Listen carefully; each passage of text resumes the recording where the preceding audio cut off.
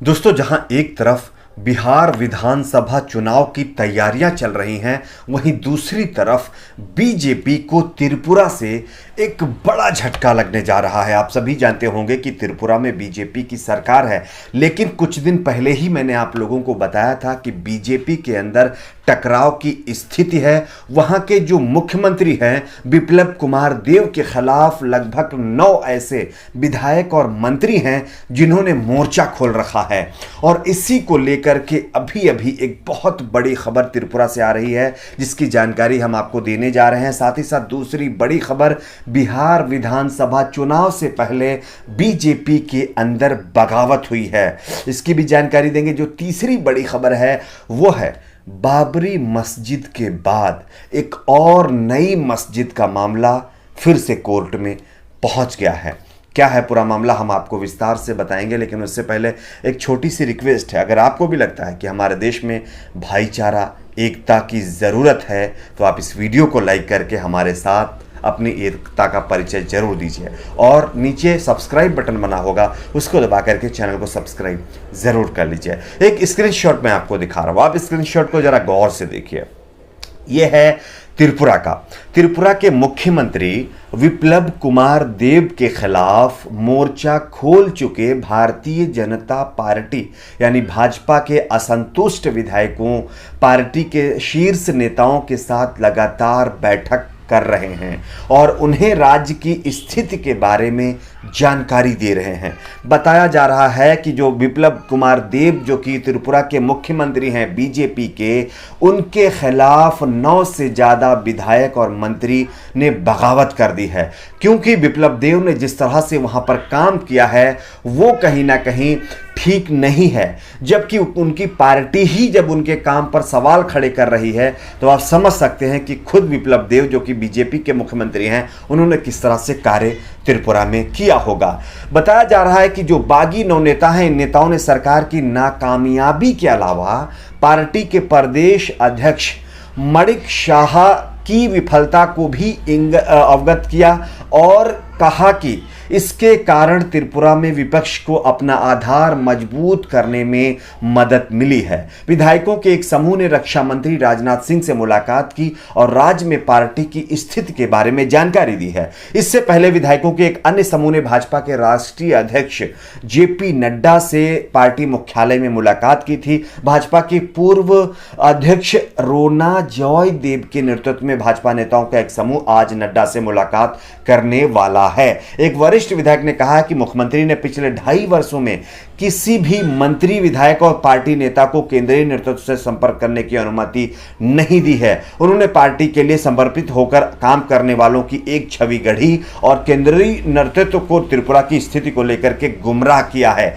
तो ये जो सवाल खड़े कर रहे हैं, जिस तरह से आरोप लगाया जा रहा है, खुद बीजेपी के नेता और मंत्री लगा रहे हैं। उन्होंने साफ साफ कहा है, जो मुख्यमंत्री त्रिपुरा के हैं, इन्होंने प्रदेश की जनता को गुमराह किया है और सिर्फ प्रदेश की जनता को ही नहीं, हम लोगों को भी गुमराह किया है और किसी तरह का कोई विकास नहीं किया है, जिसकी वजह से विपक्ष को अपनी छवि को मजबूत करने का एक मौका मिला, जिसकी वजह से त्रिपुरा में बीजेपी कमजोर होती जा रही है। और अब जानकारी मिल रही है कि आए दिन बीजेपी के अंदर बड़ी बगावत हो सकती है, जिसके चलते त्रिपुरा में भी बीजेपी की सरकार संकट में आ सकती है, यानी कि सरकार गिर सकती है। आप किस पर क्या राय है, नीचे कमेंट बॉक्स में अपनी जो ओपिनियन है वो जरूर रखें। बात कर लेते हैं बिहार विधानसभा चुनाव से पहले बीजेपी में एक और बगावत, एक और कहीं ना कहीं कुनबे ने, या हम ये कहें दल ने बगावत कर दी है। ये दल नहीं है, बीजेपी विधायकों का दल है।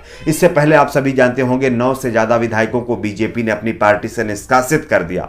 लगभग 12 से 13 दिन बचे होंगे बिहार के विधानसभा चुनाव होने को, और ऐसी सिचुएशन में बीजेपी जेडीयू के अंदर लगातार बगावत देखी जा रही है। जेडीयू ने अपना 15 नेताओं का जो है 15 नेताओं को निष्कासित किया। और अब जानकारी मिल रही है कि बिहार विधानसभा चुनाव के मद्देनजर बागी प्रत्याशियों के खिलाफ कड़ी कार्रवाई करते हुए भारतीय जनता पार्टी ने अपने 3 पूर्व विधायकों को पार्टी विरोधी गतिविधि के कारण 6 साल के लिए पार्टी से निष्कासित कर दिया है।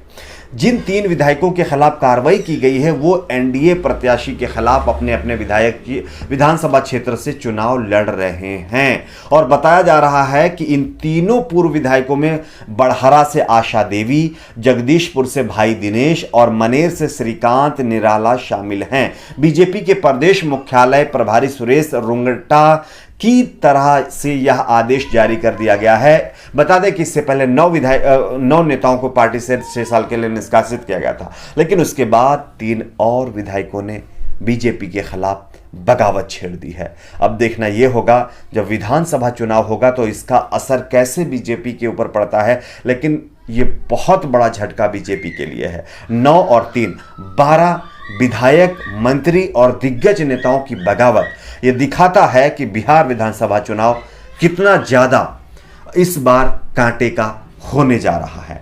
आपकी इस पर भी क्या राय है, नीचे कमेंट बॉक्स में बताइए। बात कर लेते हैं तीसरी बड़ी खबर की। जो तीसरी बड़ी खबर है वो है बाबरी मस्जिद के बाद एक और नया विवाद।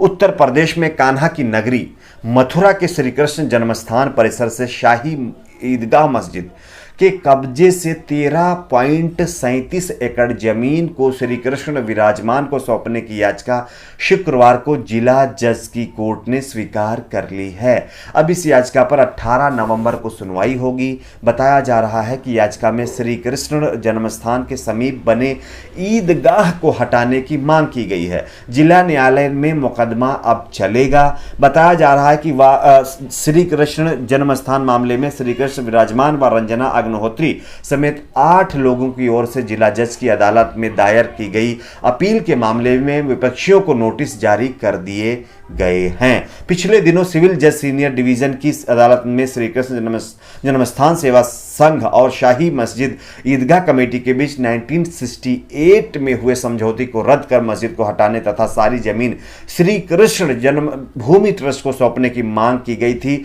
और इस पर सुनवाई नहीं की गई थी। यह याचिका खारिज कर दी गई थी, लेकिन उसके बावजूद भी बार बार इन सारी चीज़ों को कोर्ट में घसीटने की कोशिश की जा रही है। क्योंकि बिहार के विधानसभा चुनाव करीब हैं, वैसे भी कुछ राजनीतिक पार्टियों के पास इसके अलावा दूसरा कोई मुद्दा नहीं है। इस वजह से वो चाह रहे हैं कि बाबरी के बाद कोई नया विवाद छेड़ा जाए, जिसकी वजह से उनकी राजनीति कुछ दिन और चल सके। लेकिन सवाल यहाँ पे ये है कि अगर इसी तरह से देश में मंदिर मस्जिद की यानी कि बातें चलेंगी तो आखिरकार देश में विकास कहां से होगा, देश में भाईचारा कहां से आएगा, ये एक बहुत बड़ा सवाल है। इसलिए आप सभी से रिक्वेस्ट है, इन सारे मुद्दों से बाहर निकल करके अगर कोई आपके पास वोट मांगने आता है तो विकास के मुद्दे पर उसको वोट करिए। उससे पूछिए कि आपने 5 साल में कितना विकास किया है, आपको किन मुद्दों को लेकर के किन चीज़ों पर हम वोट करें। ठीक है, अगर आप इस तरह से अपना एक नियम बनाएंगे तो यकीन मानिए इस तरह की राजनीति नहीं हो पाएगी। चलिए आज के लिए इतना ही। अगर आपको ये वीडियो पसंद आया हो तो वीडियो को लाइक शेयर करें, चैनल को सब्सक्राइब करें, साइड में घंटे का आइकन आएगा उसको जरूर प्रेस कर लीजिए। आज के लिए इतना ही, मिलते हैं कुछ और खबरों के साथ।